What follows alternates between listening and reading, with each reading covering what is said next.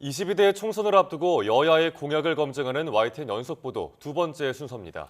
여야 모두 철도 지하화 공약을 내걸면서 수도권 표심을 공략하고 있는데 수십조 원에 달할 재원 마련 방안에는 의구심이 남아 있습니다. 보도에 손효정 기자입니다. 여야가 앞다퉈 총선 공약을 발표하던 지난 1월 말, 국민의힘 한동훈 비상대책위원장은 경기도 수원을 찾아 철도 지하화 공약을 꺼내 들었습니다. 땅 위에 있던 철도를 지하로 내리고 빈 윗부분을 개발하겠다는 구상인데 윤석열 대통령이 대선 후보 시절 내놓은 공약이기도 합니다. 그동안 도심을 가로지르는 철도 때문에 개발이 더뎠던 지역을 주변부와 함께 미래형 도시 공간으로 재창조하겠다는 겁니다. 철도가 정말 지하화돼서 어떤 세상이 될까 상상을 좀 해봤거든요. 저는 멋져질 것 같아요. 여기에 아기자기한 상가들이 들어오고 여기 사람들이 산책하고 이 주변을 마음대로 오가고. 바로 이튿날 민주당은 서울 신도림역에서 철도 지하화 공약을 발표하며 맞불을 놨습니다. 철도를 지하로 옮기고 그 부지에 용적률, 건폐율 특례를 적용해 주거 복합시설을 개발하겠다는 게 핵심입니다.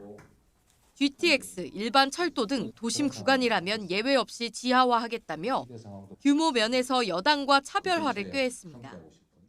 소음이나 분진이나 이런 피해를 줄 뿐만 아니라 도시를 양쪽으로 절단하는 그런 심각한 문제가 되고 있습니다. 지상 부위를 다른 용도로 활용하는 것이 오히려 경제성이 높은. 세부적인 부분은 조금씩 차이가 있지만 철도 때문에 낙후된 구도심을 활성화하겠다는 계획은 양당 모두 같습니다. 여야가 이렇게 경쟁적으로 철도 지하화를 약속한 건 결국 지역 개발이 곧표로 이어질 거란 계산 때문입니다. 개발 이슈로 주변 집값이 오르길 바라는 유권자들의 기대감을 노린 건데 양당의 지하화 주요 노선은 총선 격전지인 수도권에 집중돼 있습니다. 문제는 돈입니다.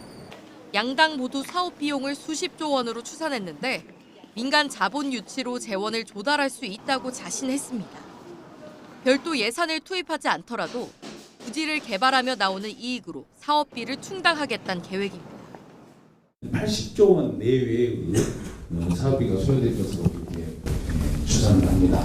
별도 예산 투자는 저희들이 고려치 않고 있습니다. 다시 말씀드리면 민자 유치에 의해서 과거에는 조금 쉽지 않았지만 지금은 상부 개발에 따른 이익 자체가 편의성이 굉장히 많이 높아집니다. 충분히 투자할 만한 가치가 있고 그래서 경제성이 나오는 거거든요. 하지만 비수도권 지역은 사업성이 적어 민간 자본이 들어올 요인이 적은 데다 부지 자체가 개발에 적합하지 않은 경우가 많습니다. 개별적으로 추진된 지하화 사업도 비용 문제로 좌초된 사례가 많은데 대규모 개발 사업을 민간 자본에만 기대는 건 비현실적이란 지적이 나옵니다.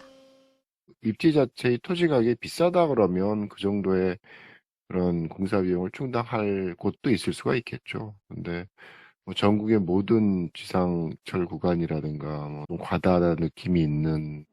여야가 구체적인 계획보단 개발 이익을 앞세운 장밋빛 청사진만 내세우면서 선거를 의식한 공연불 공약에 그칠 거란 비판을 피하긴 어려워 보입니다. YTN 손효정입니다.